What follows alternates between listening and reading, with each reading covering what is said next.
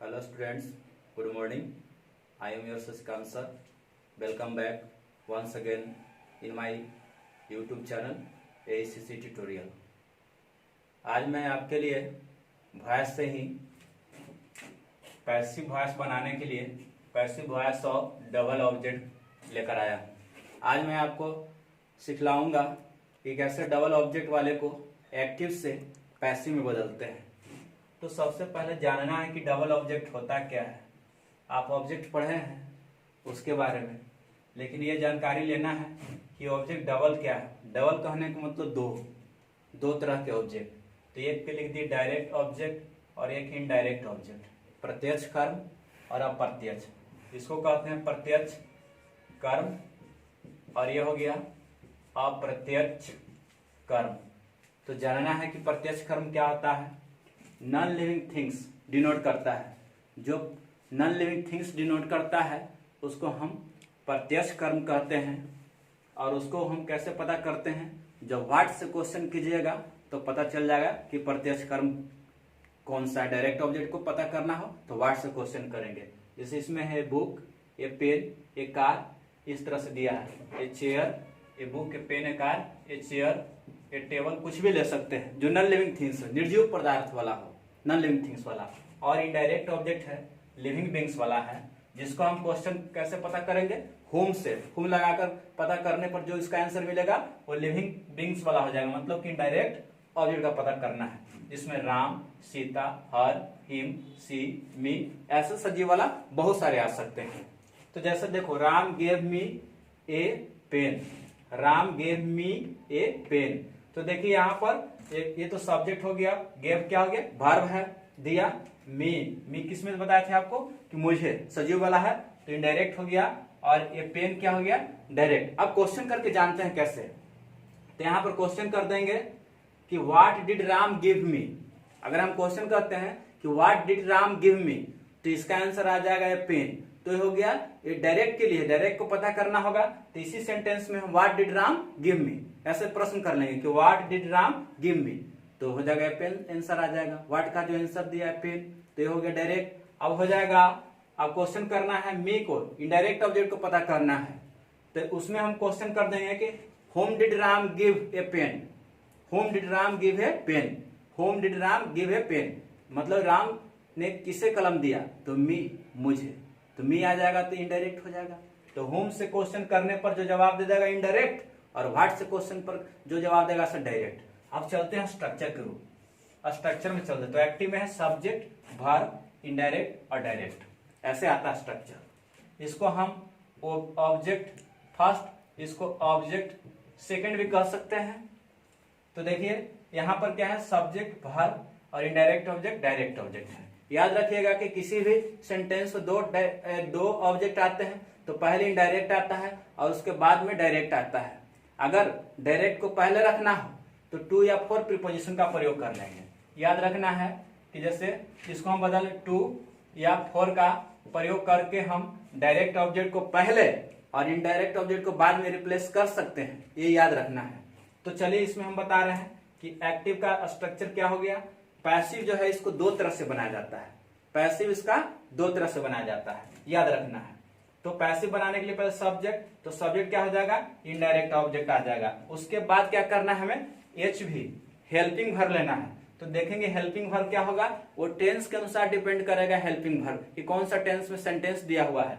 उसके बाद main verb का थर्ड फॉर्म, फिर डायरेक्ट ऑब्जेक्ट, फिर बाय लग जाएगा, फिर ऑब्जेक्ट। और जो लास्ट में ऑब्जेक्ट मैंने लिखा है ना, वो सब्जेक्ट, जो लास्ट में मैंने ऑब्जेक्ट लिखा है वो इसका एक्टिव का सब्जेक्ट जो है ना, लास्ट में ऑब्जेक्ट चला जाएगा वो। फिर है सब्जेक्ट, अब डायरेक्ट ऑब्जेक्ट के रख के भी बना सकते हैं। फिर हेल्पिंग वर्ब, मेन वर्ब, फिर इसको टू, ये टू छुपा रहता है, टू को लिखते नहीं लेकिन टू लगा रहता है। जब इसको बदलेंगे दूसरा सेंस में, दूसरा तरह से, तो टू रहता है। फिर इनडायरेक्ट ऑब्जेक्ट आएगा, फिर बाय रहेगा, ऑब्जेक्ट, मतलब कि एक्टिव का सब्जेक्ट लास्ट में चला जाएगा। समझ गए होंगे आप, इसको मैंने बताया जो। अब चलिए इसको बनाते हैं हम लोग। तो बनाते हैं इसको पैसिव वॉइस, पीवी, याद रखना, ये भी मतलब एक्टिव वॉइस, पीवी मतलब पैसिव वॉइस।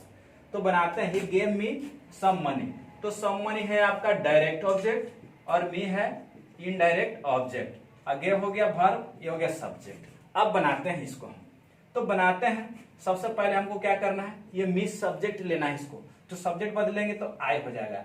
वर्ब देखना है क्या है, गेव, तो गिव गैव दूसरा रूप है ना पास्ट इंडेफिनिट, तो इसके लिए ऑक्सिलरी वर्ब क्या लेंगे, वाज, क्योंकि इसके लिए पास्ट इंडेफिनिट में हमने क्या बताया था ऑक्सिलरी वर्ब कि वाज और वेयर लेते हैं पैसिव के लिए। तो आई वाज। अब उसके बाद क्या हम देखेंगे यहाँ पर V3, तो इसको क्या हो जाएगा, गिवन। अब उसके बाद क्या V3 के बाद है डायरेक्ट ऑब्जेक्ट, तो डायरेक्ट ऑब्जेक्ट क्या है, सम मनी, यहां पर लिख दिया सम मनी। अब हमें चलना है क्या, बाय, तो यहां पर लिखिए बाय। अब उसके बाद क्या बच गया हमारे पास, ही, तो यहां पर लिख देंगे हिम।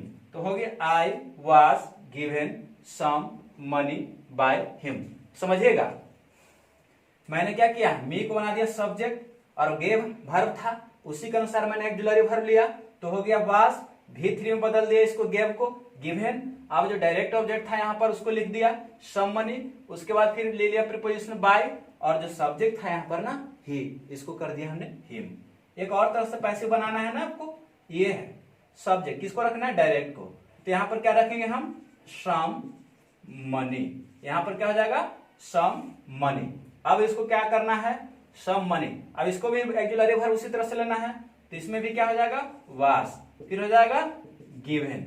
आज जहां पर पहले हमने डायरेक्ट ऑब्जेक्ट लिया था ना, अब वहां पर क्या करना है, हमें इनडायरेक्ट ऑब्जेक्ट लेना है। देखिए यहां पर क्या लिखा, इनडायरेक्ट, तो some money was given me, यहां पर टू को लिख देंगे, यहां पर टू को ब्रैकेट में रख रहा हूं, me, some money was given me by him हो गया।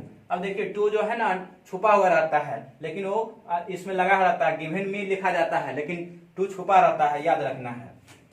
अब इसको भी बनाना है इसी तरह से, my father told me a story, तो सबसे पहले क्या रखेंगे, आई, टोल्ड है पास्ट टेंस, तो वाज टोल्ड, उसके बाद क्या हो जाएगा, direct object a story by my father, I was told a story by my father. एक और तरह से बना लीजिए इसको पैसिव वॉइस, तो क्या हो जाएगा, ये स्टोरी को पहले रखेंगे, ये story was told me by my father. तो इस तरह से दोनों को डायरेक्ट और इनडायरेक्ट ऑब्जेक्ट रख के हमने बता दिया। चलिए इसको जल्द से जल्द स्क्रीनशॉट ले लें ताकि आप इसे बढ़िया से समझ। चलिए तो कुछ और एग्जांपल देखते हैं इसमें बनाने के लिए। तो लिखा हुआ active, my teacher taught me physics. अब इसको पैसिव बनाते हैं, पहला कर लेकर तो हो जाएगा आई, अब उसके बाद टाउट है तो क्या हो जाएगा, वाज, उसके बाद V3 लेंगे तो क्या हो जाएगा, टाउट। अब फिजिक्स को डायरेक्ट ऑब्जेक्ट लेना है तो यहां पर लिख देते हैं physics, I was taut physics bye, और माय टीचर को लास्ट में लिखना है, माय टीचर। अब एक और तरह से बनाना था इसको पैसिव, तो ले लीजिए। सबसे पहले क्या करना है, यहां पर हमें लिखना है फिजिक्स, तो हो जाएगा फिजिक्स वाज टाउट, फिर लिखना है indirect object me by my teacher. है ना आसान इस तरह से बनाना। देखिए उसी तरह से बनाना जिससे एग्जांपल हम आपको बताएं, उसी तरह से बना रहे हैं। चलिए आगे देखते हैं, बनाते हैं इसमें। तो फिर क्या हो जाएगा, आई, फिर हो जाएगा वाज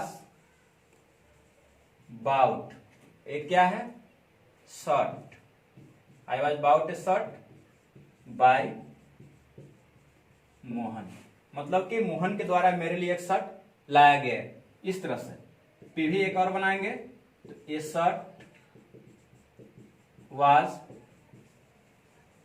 बाउट, यहां पर कहे थे आपको 2 या 4 ले लेते हैं, तो ये shirt was bought for me by Mohan, 4 लगा देंगे या 2 लगाते हैं, याद रखना है।